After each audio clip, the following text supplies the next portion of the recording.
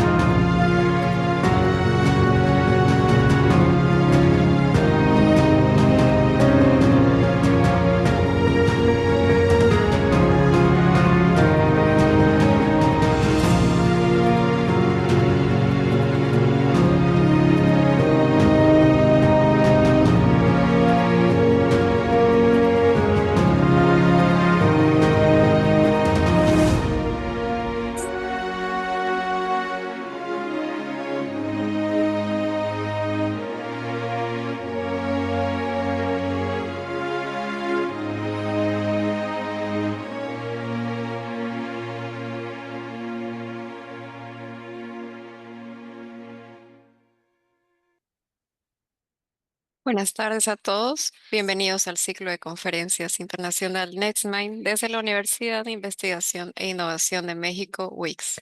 Soy la licenciada Sara Matos, coordinadora de la red Alumni, y seré la anfitriona de este importante evento.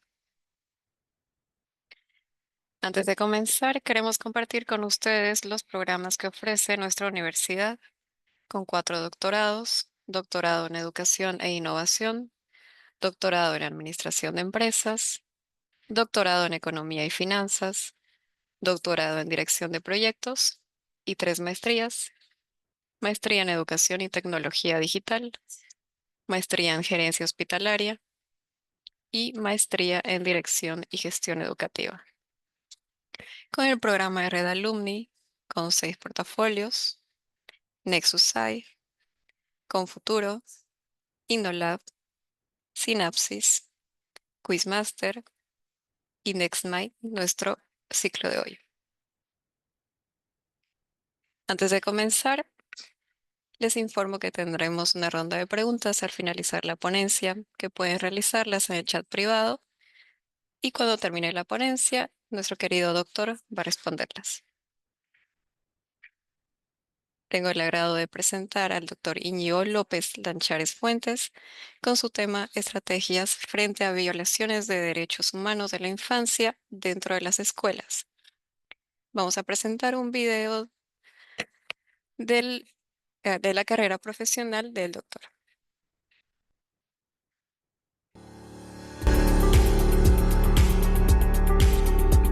Doctor Íñigo López Lanchares Fuentes.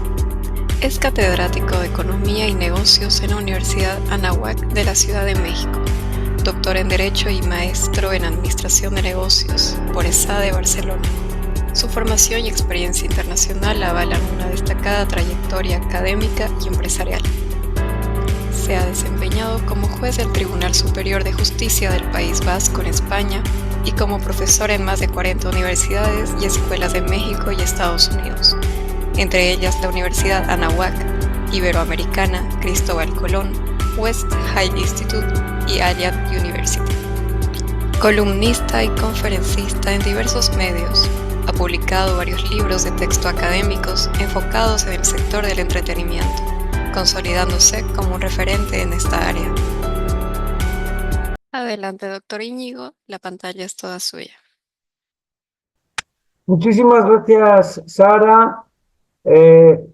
Un saludo y agradecimiento a la universidad que auspicia este ciclo, UICS, y un saludo a todos a todo el auditorio, que creo que vamos a ser muchos en el auditorio, muchos asistentes. Veo aquí 108, 103. Bueno, espero que se sume más gente a esta interesantísima conferencia sobre un tema muy de actualidad que nos afecta de alguna manera a todos, porque pues quién no tiene un sobrino, un primo, o un hijo, o un nieto, menor de edad, niño, infante, y pues es muy interesante saber qué derechos humanos tienen los infantes y qué estrategias se pueden seguir ante las violaciones que se dan muchas veces en las escuelas a todos los derechos que consagran las constituciones políticas de los estados y los convenios internacionales. Vamos a presentar este pequeño presi. Esto es como un decorado, ¿verdad? Como un teatro donde vamos a ir analizando, pues, punto por punto los contenidos. Un breve índice de la conferencia. Voy a definir los derechos humanos de los niños. Veremos un pequeño vídeo muy breve sobre las convenciones de derechos de los niños, las convenciones internacionales. Hablaré un poco de qué andamiaje, qué estructura hay tanto doméstica, nacional como internacional en la protección de los derechos de los niños. Y la segunda parte de la conferencia hablaré ya de estrategias a seguir ante violaciones de derechos humanos de los niños. Concretamente, un caso muy conocido, muy sonado en México, en donde se violentaron una serie de derechos humanos de niños y qué estrategias hemos recomendado seguir para poder proteger a los niños frente a esos ataques. Bien, si nos da un poco tiempo, me gustaría hablar un poquito, una crítica al sistema nacional de protección aquí en México, dado que, bueno, a veces no funciona, no solo en México, en muchos países a veces no funcionan los sistemas de protección. Bueno, vamos con, bien, el derecho internacional de los derechos humanos, su protección universal. Como saben, no solamente concierne a los estados nacionales, a la protección de sus infantes, de sus nacionales, de sus niños, niñas y adolescentes, sino que también a nivel internacional hay una serie de convenios y tratados.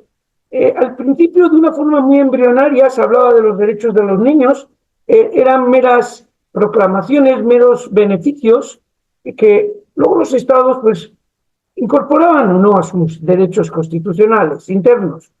Pero, sobre todo a partir de la Convención de los Derechos del Niño, se han puesto más serios, ¿verdad?, a nivel internacional, la comunidad internacional, y se considera que los derechos humanos es de los pocos temas donde puede actuar, accionar una persona individual.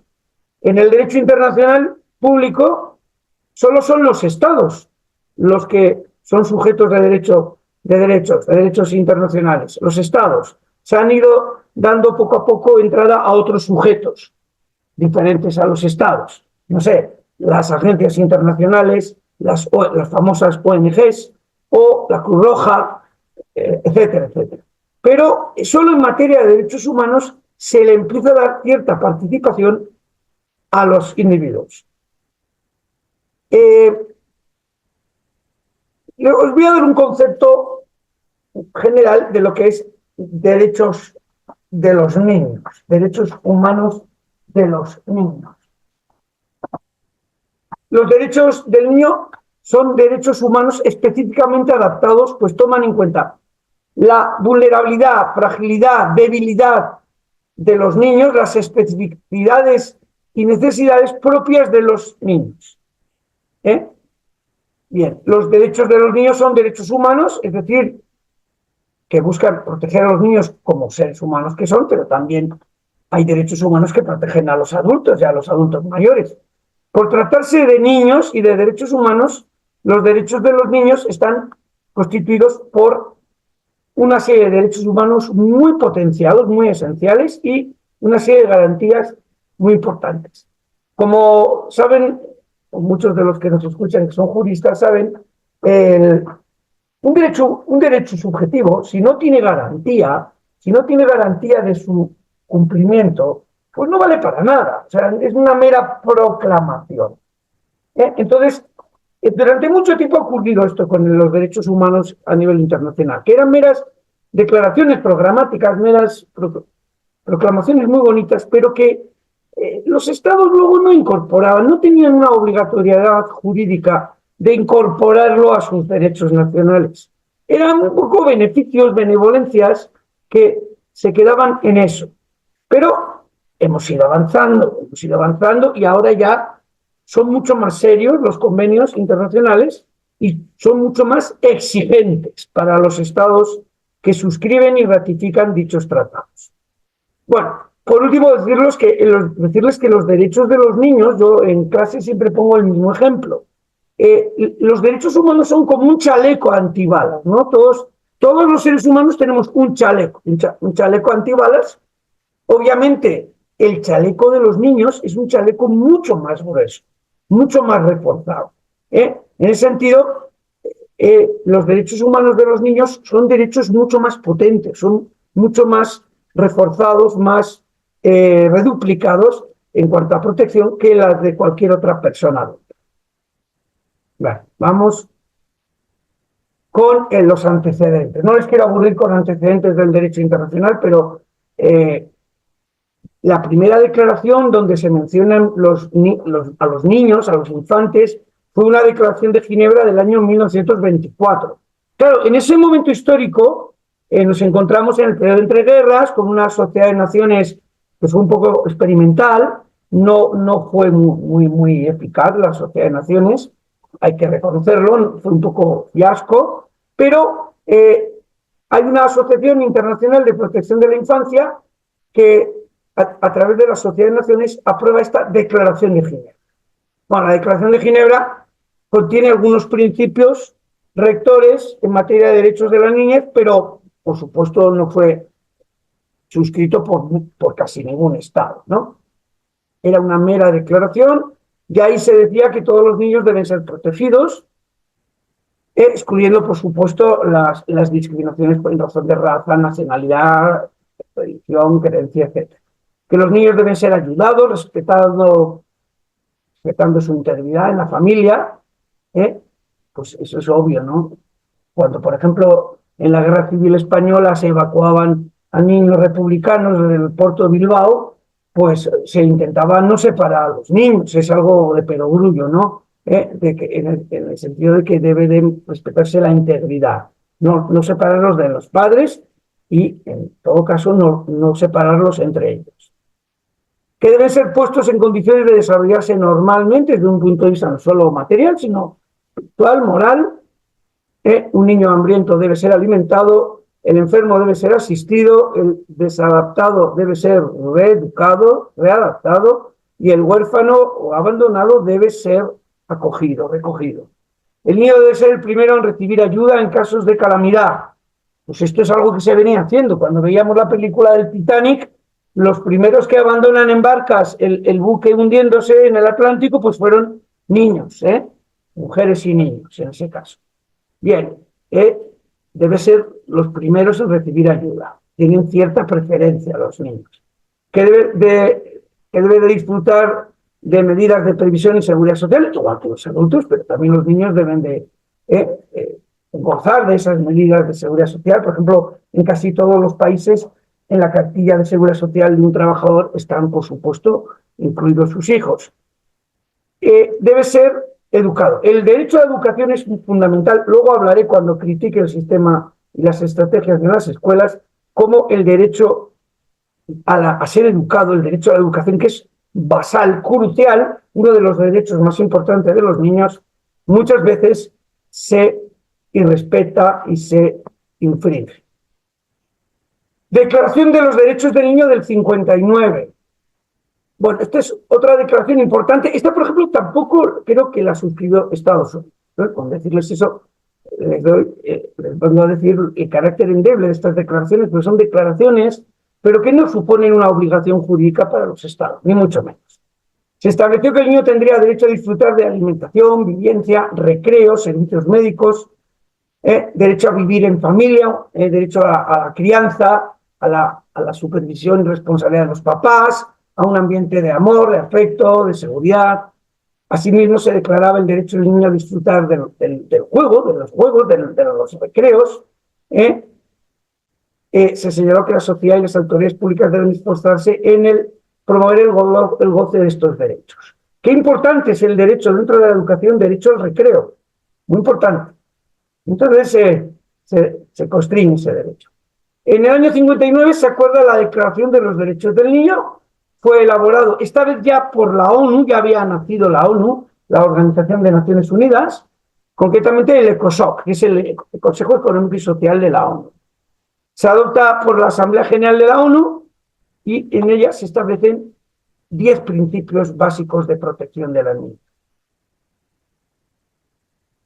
Aquí está, luego viene la Convención de los Derechos del Niño. Esta es muy importante porque esta ya es una convención, esto ya es un instrumento internacional cuya suscripción y ratificación sí obliga a los estados a incorporarlos a sus derechos internos.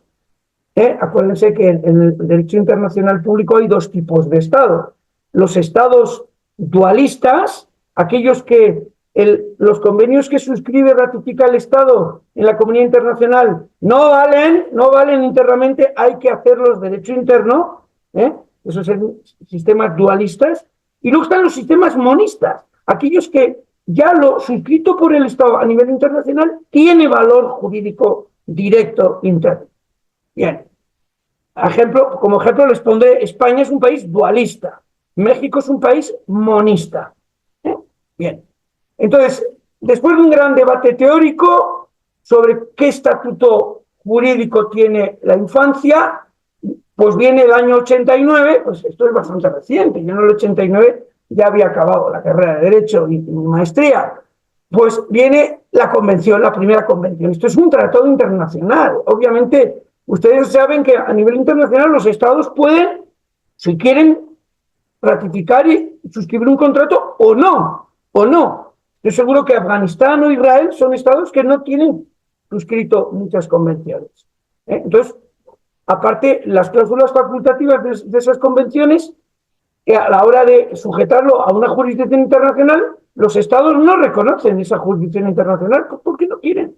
Algunos, los que se tienen como más avanzados, sí aceptan en las cláusulas facultativas la sujeción a esa jurisdicción internacional. Los aportes más significativos de esta convención son la definición de la infancia como algo diferente a la edad adulta. Lo que puede ser adecuado para los niños puede no serlo para los adultos, y al revés. Exhortar a los gobiernos que proporcionen asistencia material, apoyo a las familias, eviten la separación de los niños y de los niños con las familias, el reconocimiento de que los niños y las niñas son titulares de derechos propios, no son alguien pasivo, beneficiario por una benevolencia de una serie de derechos, sino que son derechos subjetivos y por lo tanto, si se tienen como derechos subjetivos, tienen que poderse hacer valer ante un tribunal. Debe de haber garantías de su cumplimiento. Si no, no valen para nada. Si no, son mera saliva, ¿no? La Convención de Derechos del Niño destaca la importancia de la familia como el espacio donde se va a desarrollar el niño, crianza, el amor en familia, la protección, la asistencia, sobre todo de los titulares de la patria potestad, que son los padres, que nos han querido, ¿verdad?, algunas ideologías estatistas, privar a los niños, a nuestros hijos, los quieren quitar, quieren ser el Estado el único valedor, el único protector de los niños. No, la protección primera es de los papás. Bien, es muy importante esta convención. Luego viene, bueno, una serie de cumbres y de sesiones especiales organizadas por la ONU, por su Asamblea General, la Cumbre Mundial del año 90, a favor de la infancia. Bueno, se hacen llamamientos para suscribir y ratificar la Convención de los Derechos del Niño del año 90, del año 89, perdón, poco a poco más estados van suscribiendo y ratificando esa convención. Acuérdense que en materia de derecho internacional los países pueden, cuando quieran, suscribir e incluso pueden suscribir a parcialidades, con reservas. Eso es una característica del derecho internacional público. Un Estado puede suscribir un convenio, pero con reservas. Algunas partes no aceptadas. Eso no lo puede hacer un privado en un contrato privado. Bien, ya recibe, el año 90 ya tenían 192 ratificaciones. No sé si en ese momento estaba Estados Unidos todavía. Estados Unidos a veces se le hace un poco remolón ratificando convenios internacionales. Bien, para dar seguimiento a la implementación de los acuerdos de esta cumbre del año 90, en el año 2002 la Asamblea General organiza una sesión especial a favor de la infancia e incluso aprueban un documento firmado por 180 delegaciones nacionales titulado Un mundo apropiado para la niñez. Acuérdense que la Asamblea General no tiene ningún poder efectivo, ningún poder ejecutivo en la ONU. El que tiene es el Consejo de Seguridad. Ese es el bueno, el órgano bueno. Y como saben, en ese órgano pues no se avanza mucho al haber una serie de países con derecho al veto. Bien, la Asamblea aprueba este documento, y fabuloso, ¿no? Establece nuevos compromisos a nivel mundial en materia de política pública sobre niñez, etcétera. Está muy bien, pero estamos todavía un poco en un mundo de Alicia y las maravillas, ¿no? Porque los estados no están jurídicamente, no se les puede exigir jurídicamente que incorporen a su derecho interno todos esos derechos y privilegios que establecen los convenios internacionales.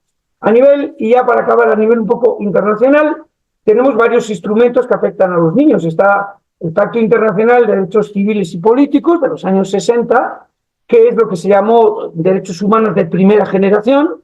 Luego están los pactos de derechos humanos de segunda generación, lo que se llamó Pacto Internacional de Derechos Económicos, Sociales y Culturales, la Convención sobre los Derechos del Niño, como digo, del año 89, y hay una serie de convenios que también tangencialmente tocan a los niños.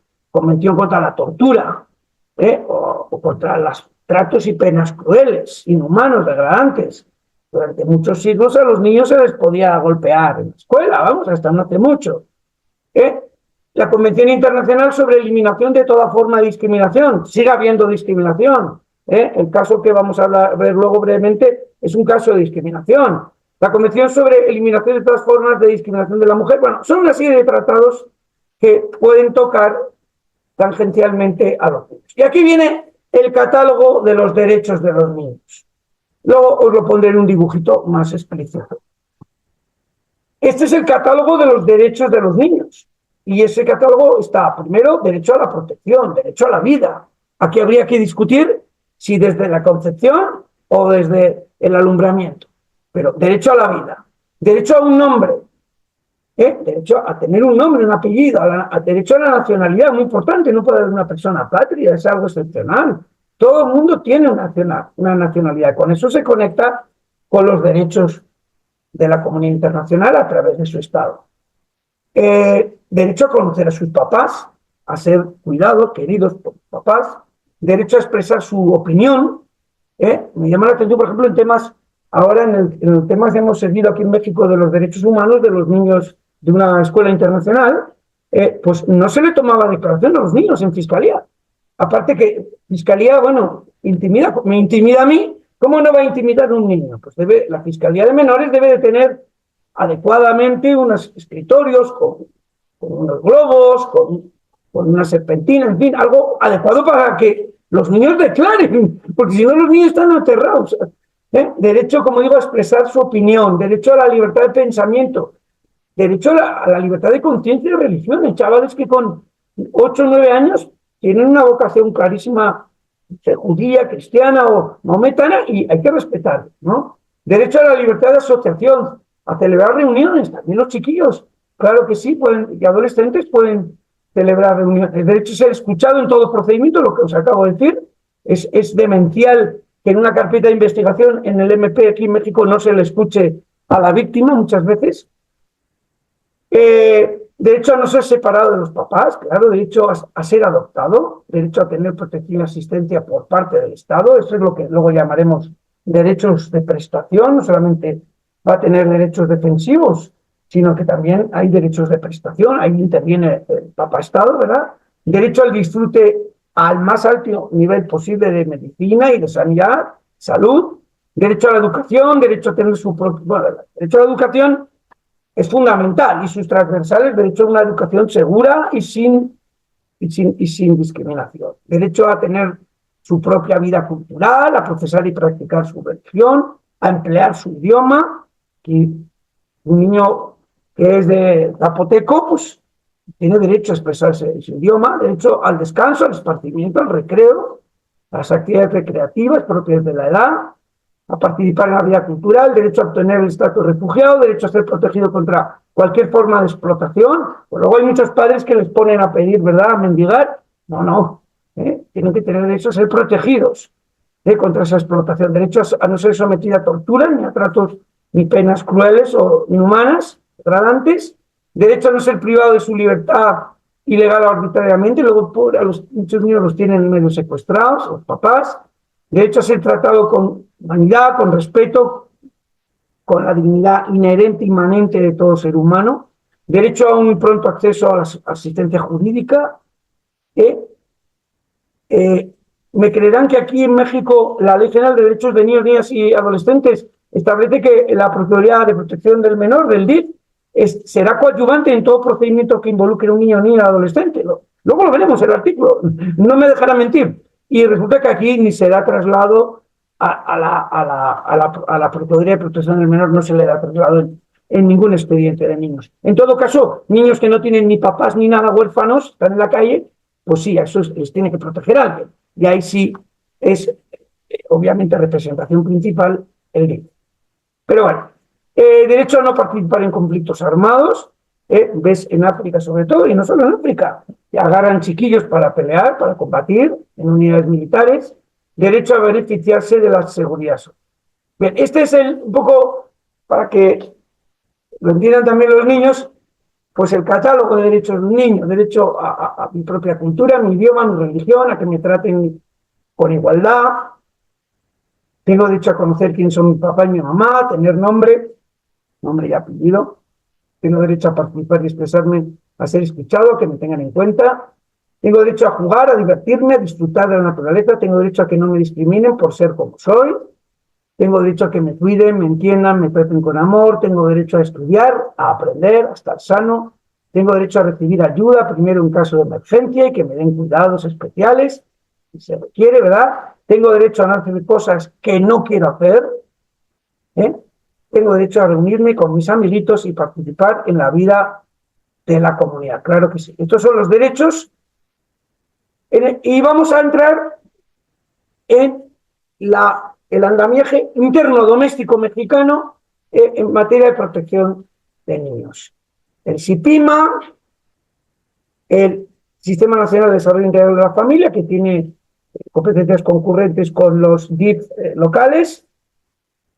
Vuelvo a repetir, no está funcionando porque no está jalando la Procuraduría de Protección del Menor en procedimientos donde están involucrados niños, niñas y adolescentes. La ley dice claramente, taxativamente, la ley nacional, que debe de darse traslado y vista a la Procuraduría de Protección del Menor como coadyuvante. Aquí nada, aquí ni coadyuvante, ni le dan traslado de nada. Organismos públicos de derechos humanos, procuradurías, como digo, no funciona la Procuraduría de Protección, la Procuraduría Federal de Protección del Menor, ni tampoco las locales. Bueno, a nivel un poco general, pues hay los tres órdenes de gobierno en México: el federal, el entidad federativa, federada, y el sistema municipal. Pues en teoría todos están de alguna manera involucrados en la protección de los menores. A nivel de presidente de la República, pues gobernadores, el GIF, la CNDH, que también, claro, la CNDH luego, ¿cómo puedes pretender que proteja a los menores? Bueno, y a los no menores, si lo nombra la presidenta de la CNDH presidente de la República, pues pocas recomendaciones va a hacer contra el Estado mexicano cuando es el que le paga. Nadie muerde la mano que le da de comer. Y un montón de secretarías de gobierno, la SEGOV, la Secretaría de Relaciones Exteriores, en fin, la SEP, muy importante, porque el derecho a la educación es basal, la Secretaría de Salud, la Secretaría de Trabajo, son secretarías donde ven muchos casos de violaciones de derechos de los niños, ¿no? En la educación, en el trabajo, etc. Bueno, y lo mismo se replica a nivel local, entidad federativa, gobernadores y jefes de gobierno, instituciones, y lo mismo a nivel municipal. En teoría, también el municipio protege a los niños, desde el presidente municipal a las distintas concejalías, regidurías del municipio. Bien, a nivel internacional, y tengo que decir que estoy un poquito decepcionado de muchos de estos organismos, porque, por ejemplo, el Fondo de Naciones Unidas para la Infancia, la UNICEF, pues sí, es una agencia, ¿verdad?, de la ONU, que pues, busca promover el bienestar, los derechos de todos los niños y niñas del mundo. Se creó en el 46, no se creó con la ONU, a la que va la Segunda Guerra Mundial. Pero yo estoy muy decepcionado con la UNICEF, en el caso de estos niños de esta escuela internacional. No, realmente, ni han recibido a los padres y a los abogados, no los han recibido, ni nos han querido recibir. Ya no hablo de más. La Comité de los Derechos del Niño de la ONU, pues sí, es un órgano, pero pues no se ve que proteja a los niños en casos de violaciones.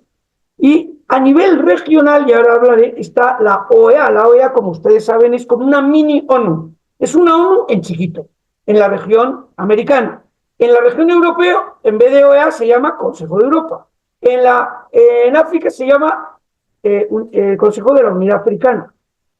Y hay otro organismo regional de la ONU que se llama la Liga Árabe. Bueno, no funcionan muy bien los regionales, si acaso la OEA y el Consejo de Europa. Tiene un sistema muy alambicado de protección que quisiera yo hablar. Vamos a ver un poco este vídeo breve, muy breve, pero a ver si logramos.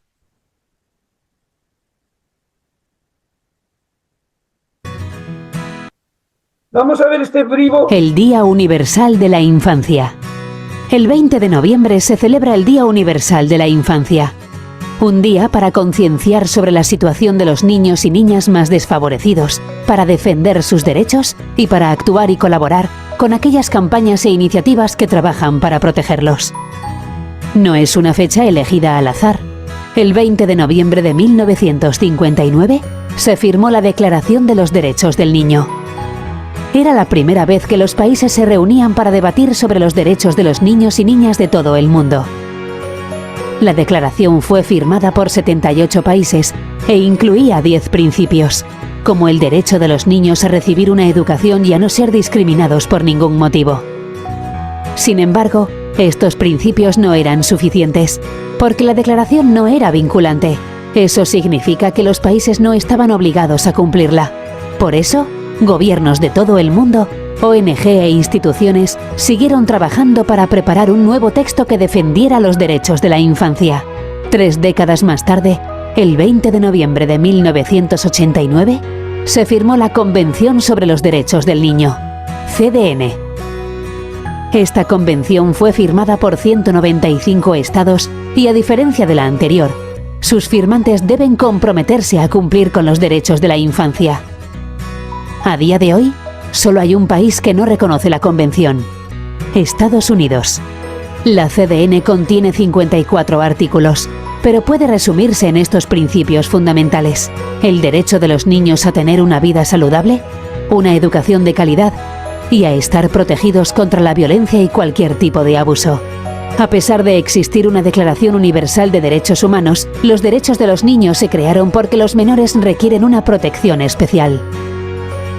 La Convención también establece una serie de obligaciones y responsabilidades para los adultos que deben cuidar del bienestar de los niños: gobiernos, padres, familiares, profesores, médicos y otros profesionales.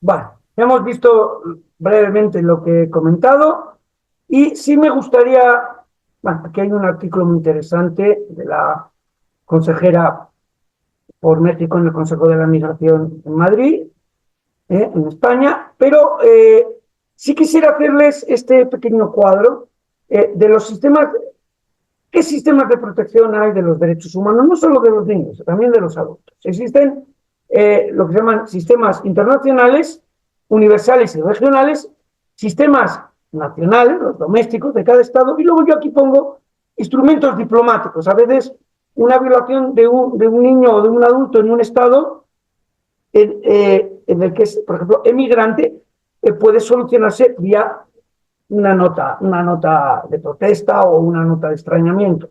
Pero lo que importa es los sistemas internacionales, concretamente la Comisión de Derechos Humanos de la ONU, que sería el sistema universal, y los sistemas regionales, el Consejo de Europa, como digo, en Europa, y la Organización de Estados Americanos, la OEA, en América.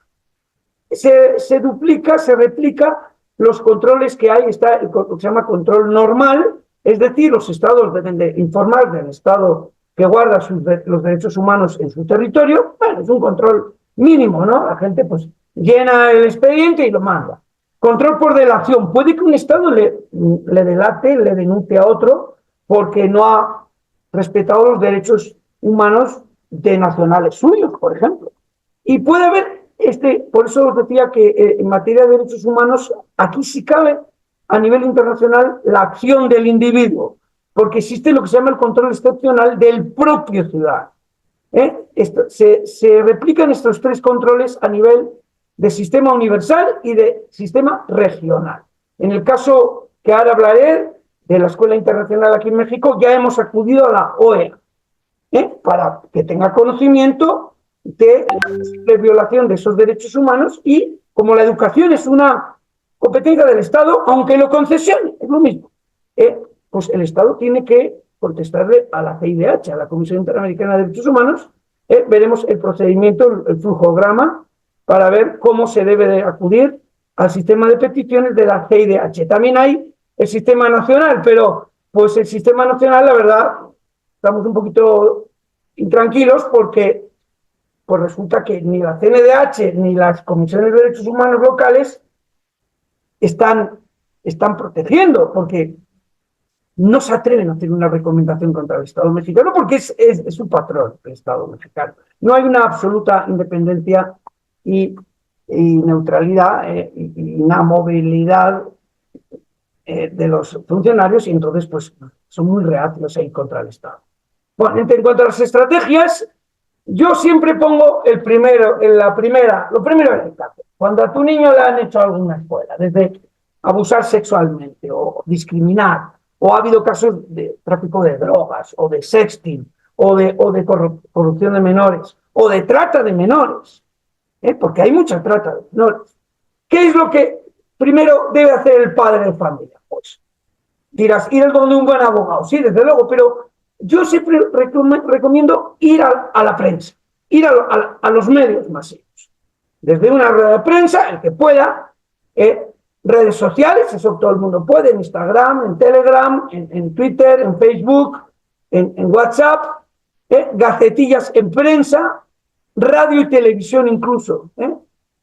Si es una cosa grave, a mí me han dado espacio en televisión, Loré de Mola, Fernanda Tapia, es decir, me han dado espacio, porque cuando hay una violación de los derechos de un niño, mira, aquí por ejemplo una nota de prensa de un diario español sobre el caso de esta escuela internacional. Bien, pues hay que difundir. TikToks, por ejemplo, TikToks. Un TikToker que te ayude a difundir, por supuesto, también movilizaciones. Movilizaciones en las embajadas o en las escuelas, movilizaciones en la COPRED, en la CONAPRED, en la SEP, en el Congreso, movilizaciones. Y notas, mira, que hay una nota de prensa del diario Basta, que este es el periódico que lo leen todos los que se bolean los zapatos, en México, ¿no? Pues ir a la prensa, muy importante, medios masivos. Y con carteles, con mantas, con letreros, no se puede, aquí vemos incluso prensa, no solo nacional, puede ser también prensa extranjera, ¿no? Bien, entonces, ese sería la primera de las actuaciones. Si con eso la escuela no te llama a hablar, no te llama a negociar, pues mal asunto, ¿no? ¿Qué actuaciones se pueden hacer? Ya a nivel nacional. Ir a la CNDH, la Comisión Nacional de Derechos Humanos. Cuando la CNDH, la Comisión de Derechos Humanos, es local, no es la nacional, sería Comisión de Derechos Humanos del Estado, de Aguascalientes, de Morelos, de Estado de México, de Ciudad de México, de Guanajuato, etc. Bien, ahora veremos el flujograma para ir a la CNDH. En el caso de que los derechos vulnerados son derechos de la educación, hay que ir a la Secretaría de Educación Pública, a la Dirección General de Servicios Escolares o a la dirección, del que depende la Dirección de Incorporación de Empresas Particulares y Proyectos Específicos. Si es que es una escuela privada, si es una escuela pública, vas directamente a la de GOSE. Ahí se puede abrir un PAS, un procedimiento administrativo sancionador, y la SEP va a instruir un procedimiento contradictorio y va a sancionar o no sancionar. Bien, también puedes ir, en el caso de que el derecho vulnerado sea el derecho a la igualdad, a la no discriminación, puedes ir a la CONAPRED, Comisión Nacional para Prevenir la Discriminación, o a la local, en el caso de Ciudad de México, a la COPRED, Comisión para Prevenir y Eliminar la Discriminación. Bien, también puedes ir a la Defensoría, o sea, al protector a la protección de menores, federal de menores, del DIF, tanto nacional, Sistema Nacional DIF, como local. Pero bueno, he tenido yo muy buenas experiencias, la verdad, en el caso del Liceo Francés. Aquí, mira, aquí os pongo un poco el flujo que hay que, ante una petición ante la CNDH. Cualquier persona puede presentar una queja, y además hoy en día ya es todo telemático, no hay que ir físicamente a las oficinas, lo puedes hacer en el portal. Tienes un periodo de un año desde que se produjo la presunta violación de los derechos humanos. ¿Qué hace la CNDH? Examina la queja, si no son competencias de la CNDH, te lo devuelve. Dice, no, aquí no es. Te puede dar una cierta orientación, pero te lo rechaza. Si lo admite, verificar los datos, que se le otorga número de expediente y hay un proceso de conciliación. Se integra el expediente y se solicita informes a la autoridad. Pues en el caso del Liceo Francés se pidió informes a la SEP, a Profeco, etc. Bien, luego trámite de la que en caso de no llegar a un acuerdo, la CNH solicita informe a la autoridad y sí, les pide un informe, hazme un informe, hay que hacerlo. Antecedentes de los hechos, fundamento, resolución que dio lugar a los hechos, etc. Bueno, evaluación de las pruebas, una vez integradas las pruebas se valoran y las conclusiones pueden ser que no se hace nada, se admiten las conclusiones de las partes o puede acabar en recomendación. Esto es muy importante, porque la recomendación se turna, se da traslado a la autoridad y tiene una serie de días para aceptar esa recomendación o desecharla. Bueno, en el caso de incluso si la autoridad no hace nada o se niega a cumplir la recomendación de la CNDH puede dar el tanto al Ministerio Público e incluso mandarlo a la CIDH. Bien, este sería un poco rápidamente el flujo en la CNDH. Profeco, bueno, ¿qué os voy a decir de Profeco? Por ejemplo, hay muchos servicios como el de educación que están dentro del ámbito de aplicación de la Profeco. Bueno, nosotros hemos obtenido unas buenas multas contra el Liceo Francés en Profeco, pero, pues, y esto forma un poco parte de la crítica que hago yo al sistema nacional, pues el Profeco está lleno de funcionarios corruptos. No hay más que ir a la Profeco, que está lleno de estos carteles. Y en el caso nuestro también hubo una funcionaria del Profeco que, sin duda, le influenció el prestador de servicios educativos. Vamos a dejarlo en que le pudo influenciar para que resolviera en contra de los papás del niño. No me quiero extender mucho, pero Profeco es otro órgano al que se puede acudir porque las prestaciones educativas están dentro del ámbito de aplicación de la Profeco. Me he llevado mucha desilusión con la Profeco, a pesar de las quejas que he puesto, pues no ha valido nada. Luego, ya que os voy a contar del MP. El MP, pues se ha descubierto hace poco que Miguel Ángel Barrera Sánchez tenía una trama corrupta en la Fiscalía no solamente para corromperse, sino para extorsionar y amenazar a víctimas y para favorecer a victimarios. ¿Cómo? Pues con dinero baila el perro. Entonces, este señor, Miguel Ángel Barrera, que ya lo han expulsado, era un corrupto en el MP. Bueno, ¿qué vamos a hacer? Bueno, ahí tengo vídeos donde se ve la corrupción, pero no de esta conferencia. Actuaciones internacionales. Bueno, como os he dicho, siempre puedes ir al sistema de petición de la CIDH, nosotros ya lo hemos hecho, y, hombre, lo ideal es tener una recomendación al Estado por parte de la CNDH, eso es lo ideal, porque las actuaciones en la CIDH pueden terminar con una demanda en la Corte Internacional, en la Corte Interamericana. O sea que no es moco de pavo, pero, bueno, es aconsejable presentar la queja. Otra cosa, en materia de los derechos de la niñez, de los derechos humanos de los niños, no rige el principio de definitividad. ¿Qué quiere decir esto? Que no tienes que agotar la vía interna para ir a la CIDH. Cuando se trata de un niño, niña o adolescente, no como con los adultos, no tienes por qué agotar la vía interna. Puedes ir cuando quieres. Bien. Vale, esto es la famosa CIDH. En cuanto al flujo, el flujograma, pues es muy parecido a la CNDH. Se presenta la solicitud. ¿Quiénes pueden presentarlo? Cualquier individuo, grupos de personas. Ha habido casos, por ejemplo, de grupos de indígenas. Una ONG, te puede ayudar una ONG, no sé, más Infancia Feliz o Rescate de la Infancia. Una ONG, el Defensor del Pueblo, en este caso, la Procuraduría Federal de Protección del Menor del DIF. Requisitos. Aquí no rige para los niños, agotar la vía previa, no para los niños. Solicitud dentro de los 6 meses de agotar la vía interna.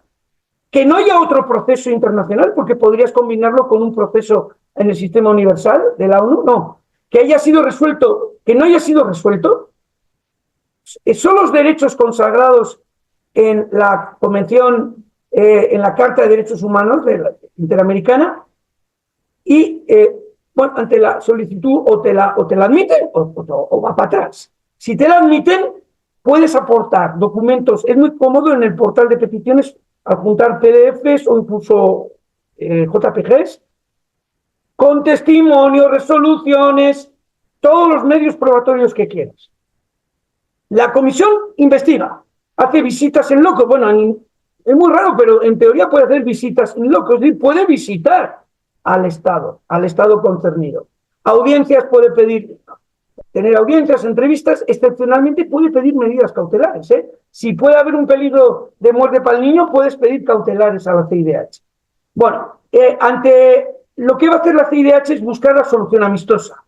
La CIDH propone al Estado concernido iniciar un procedimiento de solución amistosa. El Estado puede aceptarlo o no, o decir, no, ni te pelo, ¿no? Y después de eso, si no quiere la solución amistosa, puede emitir un informe e incluso podría dar el tanto a la Corte Interamericana de Derechos Humanos. Se podría presentar una demanda a la CIDH ante la Corte. Eso ya no le gusta tanto al Estado.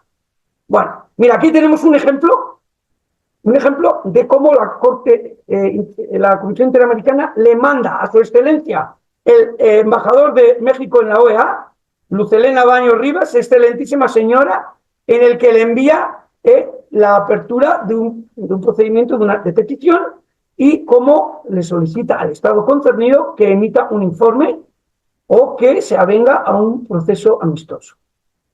Ya me están diciendo que el Estado puede pasar de todo y que una demanda en la Corte pues puede tardar 15 años. Bueno, pues si Dios me da vida, pues ahí seguiré, ¿no? Bueno, actuaciones internacionales mayores, voy concluyendo porque pues esto no tiene, en teoría, tanto UNICEF como UNESCO como la ONU, pues puedes presentar peticiones o presentar quejas, ¿no? Bueno, realmente hemos quedado muy satisfechos con la UNESCO, que ni siquiera nos quiere recibir. Claro que el Liceo Francés, la UNESCO tiene la sede en París, a lo mejor tiene que ver algo, pero ni nos han recibido. Y luego ya a nivel de actuaciones jurisdiccionales está la jurisdicción penal. Hemos conseguido, y esto sí que me tengo que poner la medalla, yo he conseguido que el Quinto Tribunal Colegiado en materia penal del primer circuito declare que no se puede, no caducan ni prescriben los derechos cometidos a niños. Esto lo hemos conseguido, lo he conseguido. Pero ya sabemos que en el sistema acusatorio mexicano pues tiene que pasar todo por la Fiscalía, y si la Fiscalía pues es corrupta o es inepta, pues tiene ahí las carpetas de investigación. En el caso mío llevan 7 años. El otro día hablé con el fiscal jefe y me dice que el liceo tiene 10 carpetas abiertas. Bueno, pues que sigan abiertas. No, por supuesto, no formulan acusación formal contra la persona moral del Liceo Franco-Mexicano, contra sus representantes, el presidente del Consejo, no formulan acusación. Bueno, pues si no formulan, que no formulen. Pero es un verdadero escándalo. El orden jurisdiccional civil, yo no recomiendo iniciarlo. Bueno, el que quiera que lo inicie, pero te vas a tirar 10 años o 9 para luego a lo mejor empatar, ni siquiera ganar el juicio. Lo empatas. Te has dejado dinero, tiempo, humor, aparte que luego se te puede corromper también. Para nada. La acción civil, otros abogados difieren de mí, yo lo respeto mucho, pero no vale para nada. Y bueno, los nuevos juzgados de tutela de derechos humanos es una entelequia, nunca se han creado esos juzgados, nunca. Bueno, vamos a ver esta pequeña elocución. De hecho, no sé, señor Íñigo, usted nos había comentado que quería, nada más hacer del conocimiento la situación, que ya logramos, que la prescriptibilidad de los delitos en agravio de niñas, niños y adolescentes no. En el caso de la violación de los derechos de la Escuela Liceo Francés de Polanco, una serie de familias hemos conseguido que se declare por el Quinto Tribunal Colegiado del Primer Circuito que no prescriben los delitos de discriminación, y es una buena noticia, es una sentencia histórica y nos congratulamos todos. Muchas gracias. Muchas gracias. Bueno, pues han visto cómo efectivamente que hay una gacetilla del diario Basta, donde efectivamente hemos conseguido que no se pueda declarar la prescripción en delitos cometidos a infantes. No se puede. Incomprensiblemente en la Ciudad de México se estaban caducando, prescribiendo, archivando carpetas por prescripción. Ha tenido que ser el tribunal colegiado el que diga, no señores, de eso nada, a reabrirlas, porque no prescriben. Dirás, ¿y cómo se ha podido producir esto? Bueno, pues la Ley General de Derechos de Niños, Niñas y Adolescentes es de hace 14 años. Y decía que al ser una ley general, las asambleas de las entidades federativas debían de adaptar su legislación a esa nueva ley. Y daba, creo que un plazo, una disposición transitoria de 180 días. Pues muchas entidades federativas no han adaptado a su legislación federada, y ocurría esta desgracia, de es que se archivaban carpetas de investigación cuando está claro que no prescribe.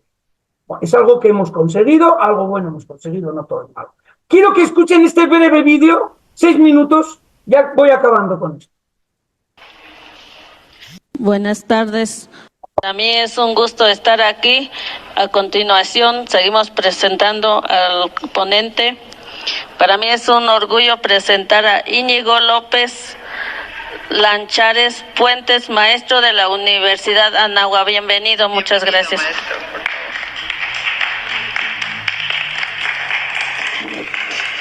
Muchísimas gracias, distinguidos miembros del Presidium, señorías, padres de la patria, queridos compañeros, colegas, autoridades aquí presentes. Yo voy a dar un enfoque distinto a mi intervención, a la intervención de los que me han precedido.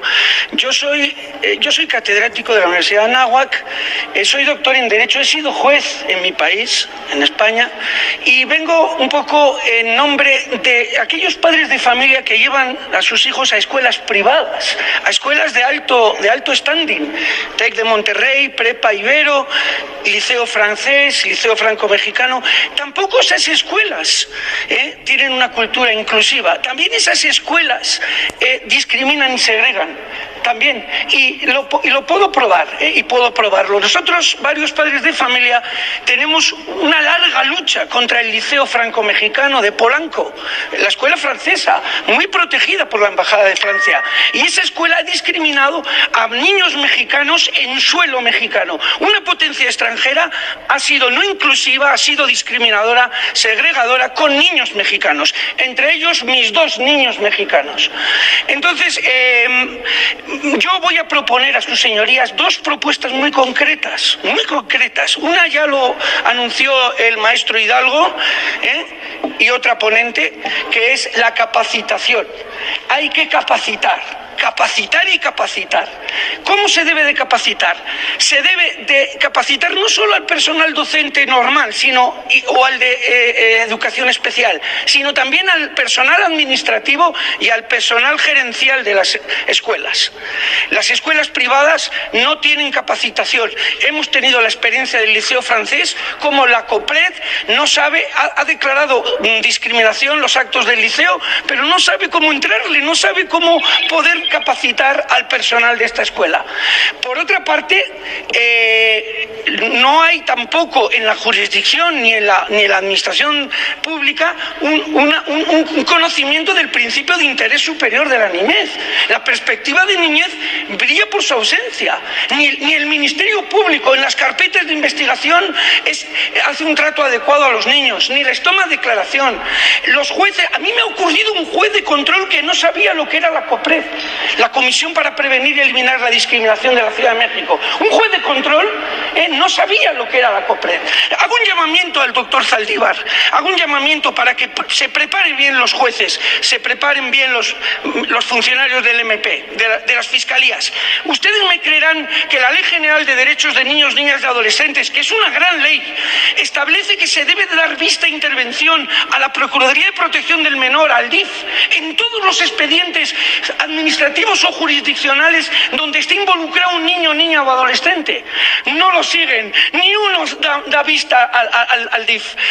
Por otra parte, tienen un cacao los jueces sobre la prescriptibilidad de los delitos. La ley dice claramente, transponiendo el derecho internacional, los convenios internacionales, que los delitos cometidos, también los de inclusión, contra niños, niñas y adolescentes, no prescriben. Y los procedimientos son incaducables. Lo dice el artículo 106. Con esto, señorías, no quiero más que lanzar romper una lanza a favor de esos padres de familia que van sus hijos a escuelas bien caras, que cuestan muchos cientos de dólares al mes.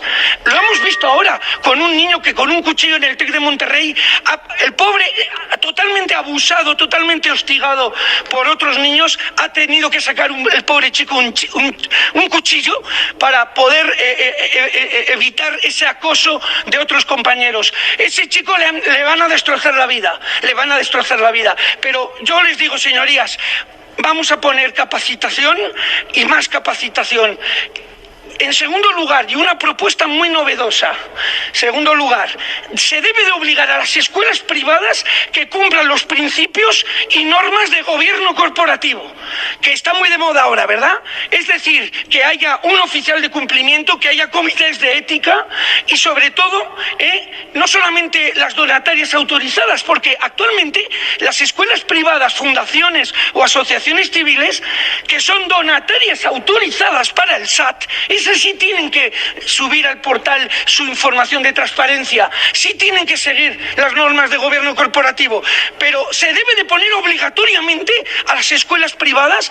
Basta ya de abusos, basta ya, es un negocio, ¿verdad? La educación en este país es un negocio y las escuelas privadas abusan de los padres, y en concreto el Liceo Franco-Mexicano es segregador, es discriminador, pero no se preocupen, ya tiene 2 millones de pesos de multa de la SEP, ya tiene condenas de COPRED, ya tiene condenas de Profeco, pero tiene que funcionar más esto, porque si no los niños no serán incluidos. Me da pena cuando oigo niños que no oyen, o niños que tienen TDA. Ustedes saben que entre el 8 y el 10% de los niños tienen alguna condición especial, una condición diferente, o tienen algún trastorno. No les podemos dejar atrás. Y sobre todo, y con esto termino, señorías, no les canso más, sobre todo que el aparato jurídico, jurisdiccional, funcione. Señor Zaldívar, espero que se le atraiga a la Suprema Corte de Justicia el caso de prescripción de una carpeta por discriminación del artículo 206 del Código Penal de la Ciudad de México.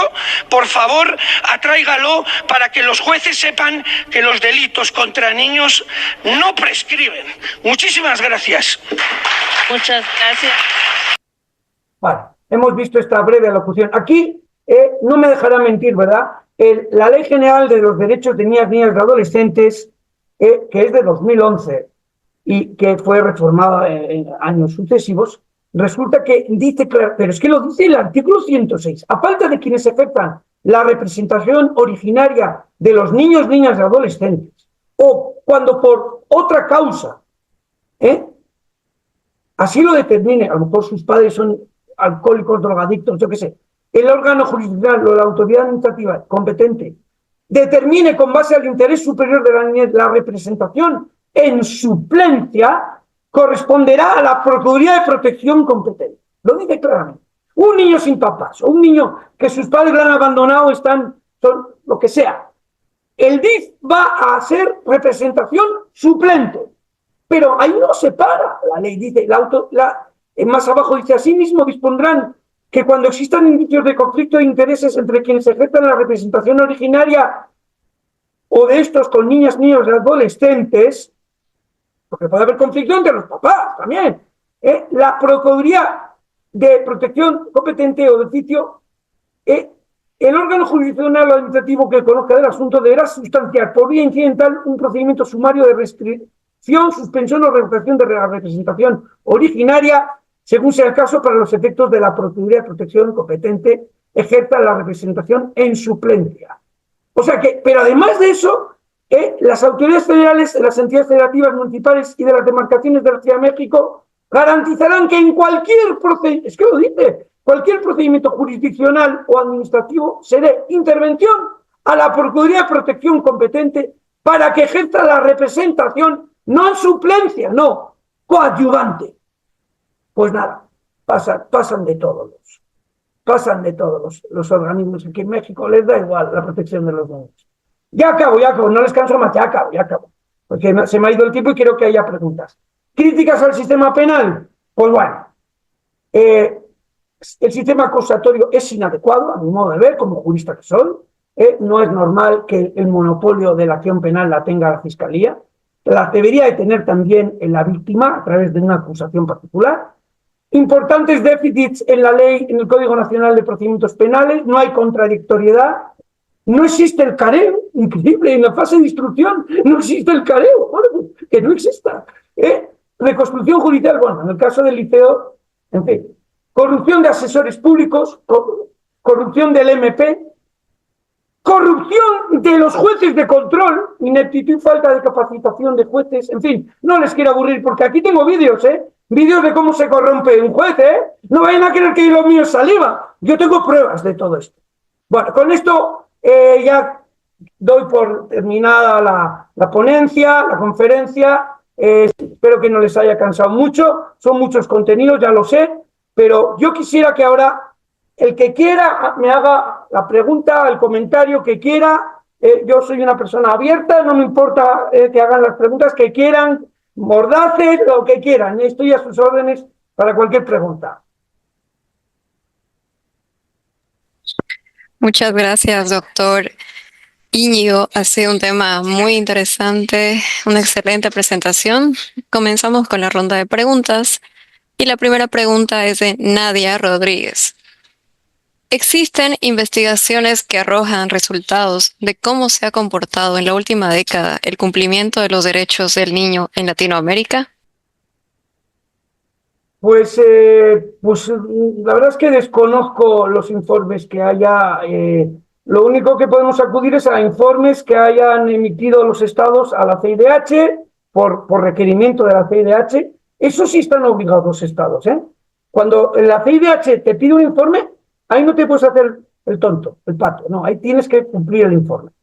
Pero no sé, no conozco estadísticas de cumplimiento, pero evidentemente, como en todas las zonas del mundo, pues hay muchas violaciones de niños que trabajan sin edad laboral, niños maltratados, niños, en fin, agredidos, discriminados, en fin, que se cuelan todas las vulneraciones a los derechos de los niños. Pues por desgracia hay muchos, no sé, no manejo estadísticas. Eso quizá alguna ONG, porque yo sé que hay gente de ONGs aquí en el auditorio que nos aclarara un poco o nos ilustrara un poco qué informes hay sobre violaciones de los niños en Latinoamérica. Yo no te puedo dar datos, ya lo siento. Muchas gracias, doctor. La segunda pregunta es de Noé, desde Honduras. ¿Por qué, habiendo tratados y acuerdos establecidos en las cumbres por los países, se han violentado los derechos del niño de los hermanos migrantes por el gobierno de los Estados Unidos con relación al TPS? ¿Por qué la Convención Interamericana de los Derechos del Niño, la UNICEF, ONU, no han hecho nada por su defensa? Bueno, mira, es que vuelvo a repetir, va entrando poco a poco los derechos humanos a nivel internacional.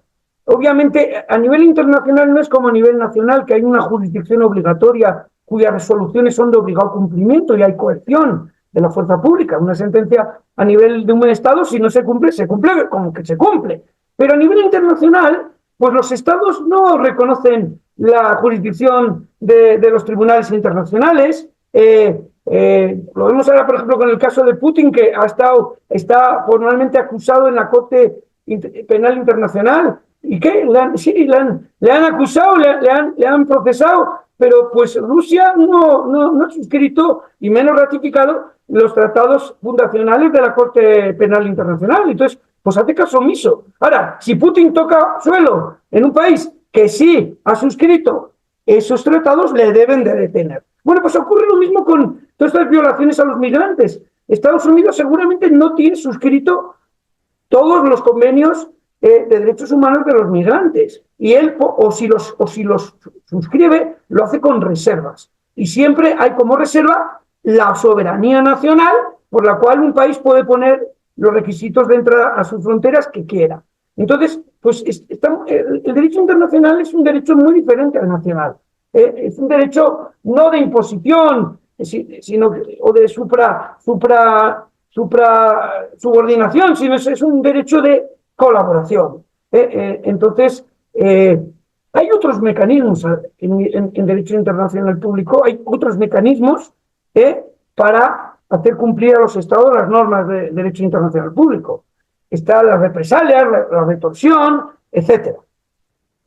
Pero no, pues por desgracia no hay un ámbito jurídico como el nacional para hacer cumplir todas esas resoluciones, todas esas convenciones internacionales. Gracias, doctor. La siguiente pregunta es de Jaime. ¿Existen obligaciones para los niños en los instrumentos internacionales? No, los niños no tienen obligaciones, los niños solo tienen derechos. Obligaciones tienen los padres, la sociedad, las instituciones. Los niños no tienen obligaciones. Solo gozan de derechos. Eso ocurre como cuando estudiamos Derecho Constitucional. Yo estudiaba Derecho Constitucional en España, en mi país, y y en la Constitución había un apartado que ponía derechos y libertades fundamentales. Y yo tontamente pregunté en clase, ¿y por qué no pone derechos, libertades y obligaciones fundamentales? Porque las obligaciones no son fundamentales. Las obligaciones nacen del hombre en sociedad. El hombre tiene derechos, los niños tienen derechos, y obviamente en colisión con otros derechos es cuando surge la obligación. Pero en un plano teórico los niños no tienen obligaciones, solo tienen derechos. Gracias, doctor. La siguiente pregunta es de Lucía. ¿Qué estrategias integrales y sostenibles pueden implementar las instituciones educativas para prevenir, detectar y abordar de forma efectiva las violaciones de los derechos humanos de la infancia dentro de las escuelas, considerando los desafíos sociales, culturales y digitales actuales? Pues bueno, se me ocurren muchos instrumentos. Por ejemplo, lo que comentaba en el vídeo ante sus señorías, que todas las escuelas privadas, porque no olviden que las escuelas privadas son concesionarias, o sea, serán privadas, pero la competencia de la educación en un Estado la tiene el Estado, el poder del Estado. Entonces son concesionados, son delegados. Entonces, por ejemplo, se les puede exigir que cumplan las normas prácticas de gobierno corporativo. Es algo a lo que se va a llegar, a lo que se tiende a llegar. No solo escuelas, también sociedades mercantiles, también incluso ya hay el caso de un ayuntamiento en Colombia, en Medellín, que se jacta de que ellos cumplen las buenas prácticas y las reglas del gobierno corporativo. Que se les exija a las escuelas ese cumplimiento de normas de gobierno corporativo. Y luego, pues ya puestos a decir un poco, pues a mí se me ocurre crear un defensor del alumno, un defensor del estudiante. Ya que no vemos que el DIF no funciona, que el Profeco tampoco funciona del todo, que la SEP deja mucho que desear, que la CONAPRED, que la COPRED dejan mucho que desear, ¿por qué no creamos un defensor del niño? Claro, pero que eso sí, que sea independiente, que sea neutral, que no dependa del gobierno, del Ejecutivo, porque entonces será siempre un maiceado del Ejecutivo.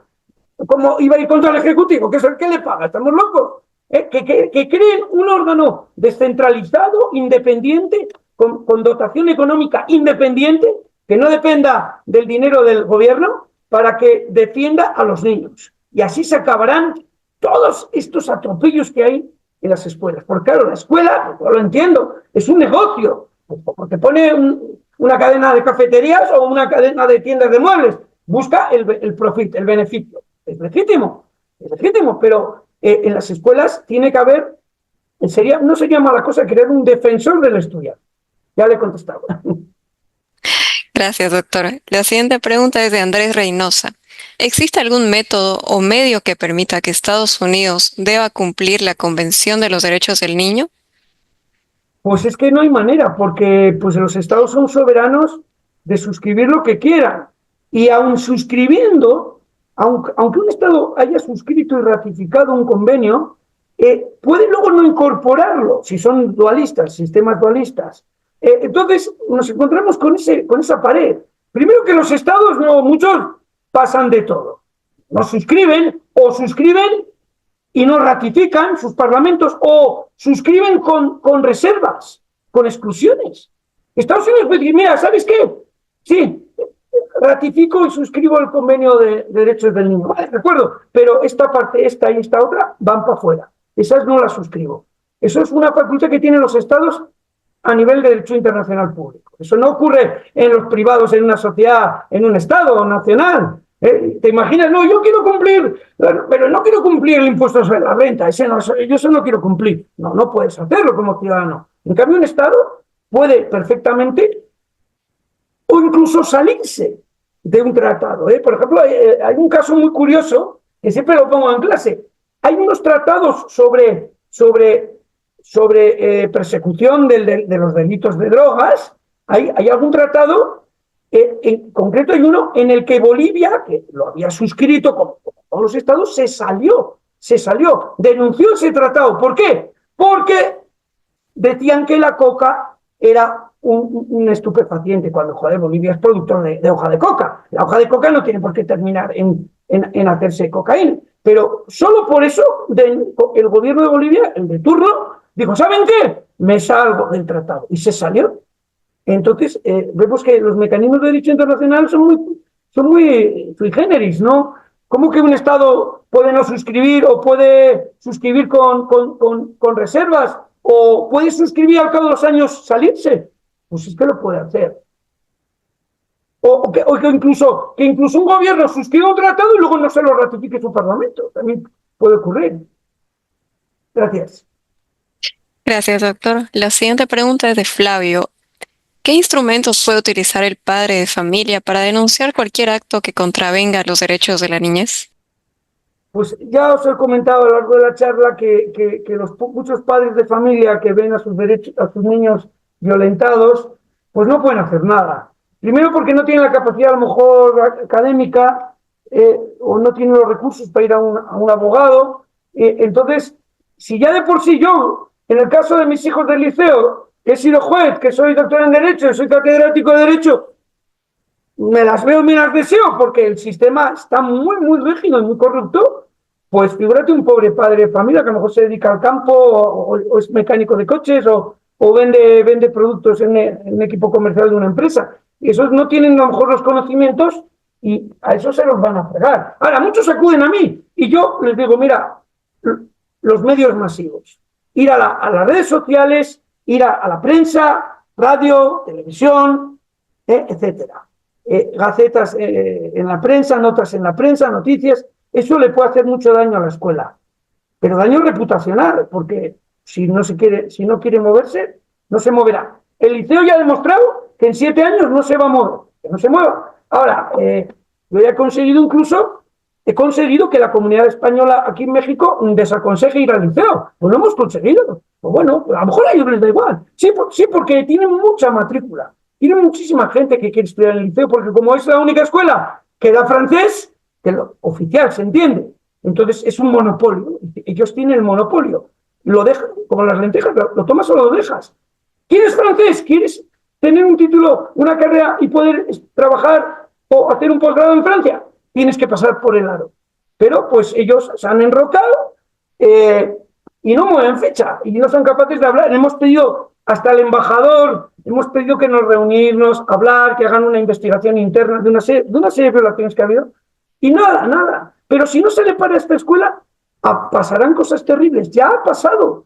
Han tenido como director de maternal a un pederasta condenado en Estados Unidos, en Denver, Colorado, Monsieur Jardonet. O sea que ya han tenido problemas. O sea, no porque lo haga yo o lo accione yo. Han tenido problemas. Han tenido problemas de abusos en el coro. Han tenido problemas también de temas sexuales con los niños. Yo no lo digo, yo no lo voy a decir. Pero pues si el gobierno no lo para, estos van a hacer lo que quieran, porque como tienen su elefante blanco, tienen sus contactos a alto nivel, nadie los toca. Bueno, pues ahí seguimos. Gracias. Gracias, doctor. La siguiente pregunta es de Josefina. ¿Qué opciones hay cuando un niño es violentado? Se realiza la denuncia y el niño es separado de su familia, pero la casa orfanato también lo maltrata. Bueno, esos casos son gravísimos donde el maltrato es en el propio seno familiar. Ahí, evidentemente, entran las instituciones para tener al niño en acogida, excluirlo de la familia y verse qué medidas se toman de tipo penal contra esos papás que pueden estar cometiendo delitos graves, continuos, hasta el punto de que incluso la pena como accesoria puede tener el desposeerles de la patria potestad. Es muy raro, pero puedes desproveerles de la patria potestad y, por lo tanto, separar definitivamente a los niños de sus padres. Pero son casos muy extremos. Gracias.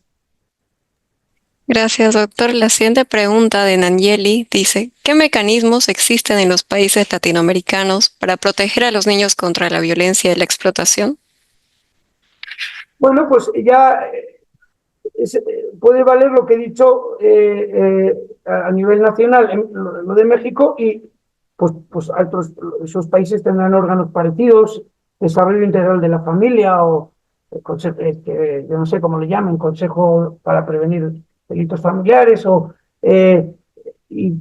pero a nivel internacional es el mismo. Pueden ir a la OEA, pueden presentar una queja en el portal de peticiones de la OEA, de la Comisión Interamericana de Derechos Humanos. Si admiten la petición, si presentan buenas pruebas, es muy amigable en la página, para subir es facilísimo. Hasta un niño de 10 años sube los archivos a la página.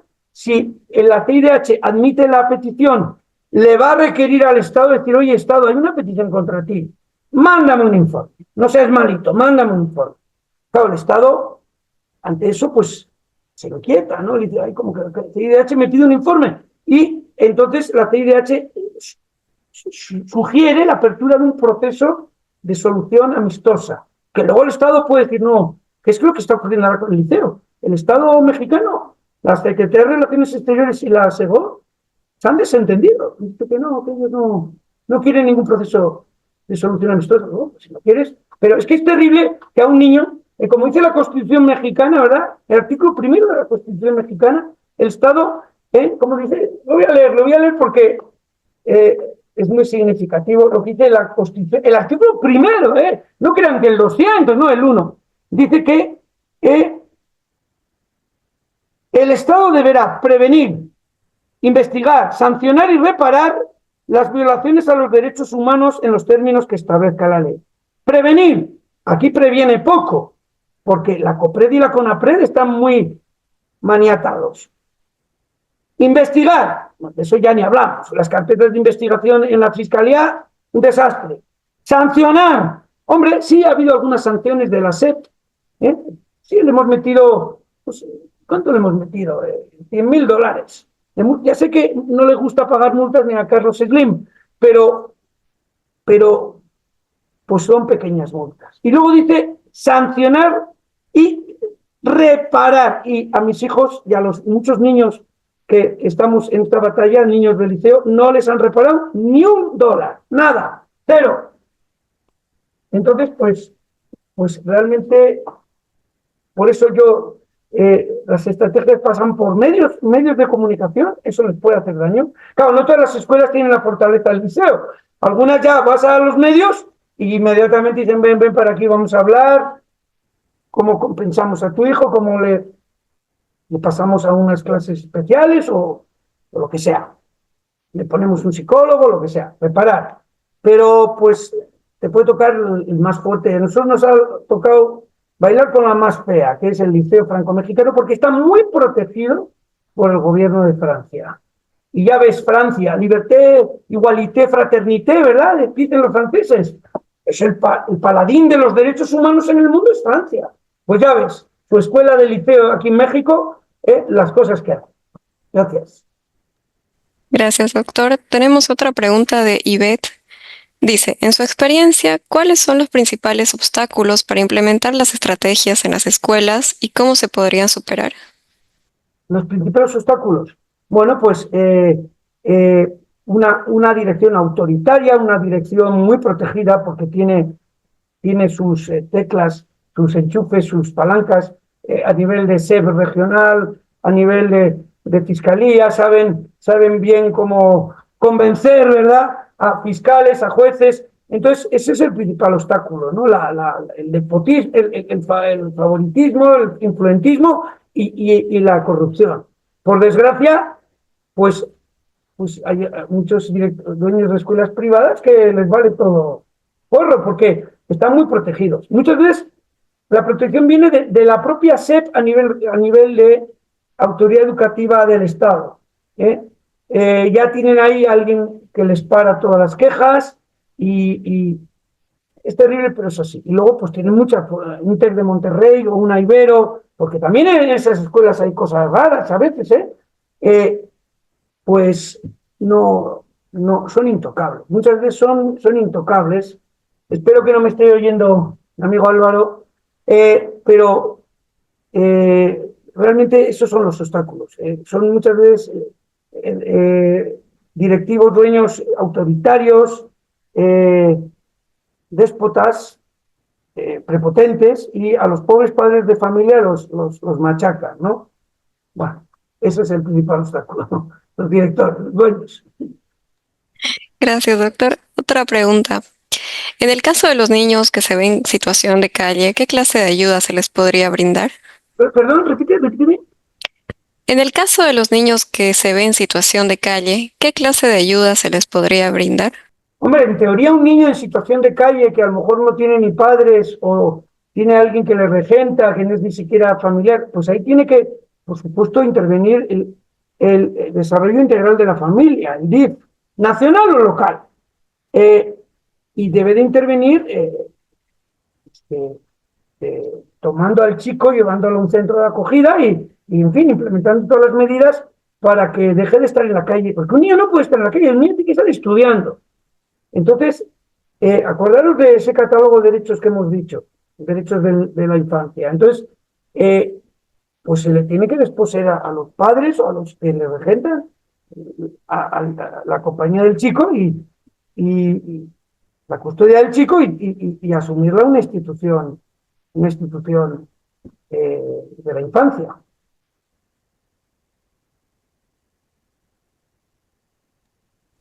Gracias, doctor. Tenemos el tiempo ajustado, pero hemos tratado de responder la gran cantidad de preguntas posible. Quedaron algunas sueltas, pero muchas gracias. Un gran aplauso para usted de parte de todos nosotros. Ha sido un tema muy, muy interesante. Muchísimas gracias, Eh, Sara, y Sí, a vuestras órdenes. Gracias. muy bien. Antes de finalizar, queremos invitarlos a conocer más sobre nuestros eventos, ingresando a wix.edu.mex, comunidad Wix, Red Alumni o escaneando el código QR de pantalla. La entrega de certificados se realiza en un plazo de 5 a 10 días hábiles, donde reciben un correo electrónico con el certificado y la grabación de la conferencia. Si necesitan un duplicado o la corrección de los datos del certificado, tiene un costo adicional que pueden pedirlo a través del código QR. Gracias a todos por participar. Gracias, doctor, por su gran ponencia y los vemos en próximas conferencias. Muchas gracias. Adiós. Hasta luego.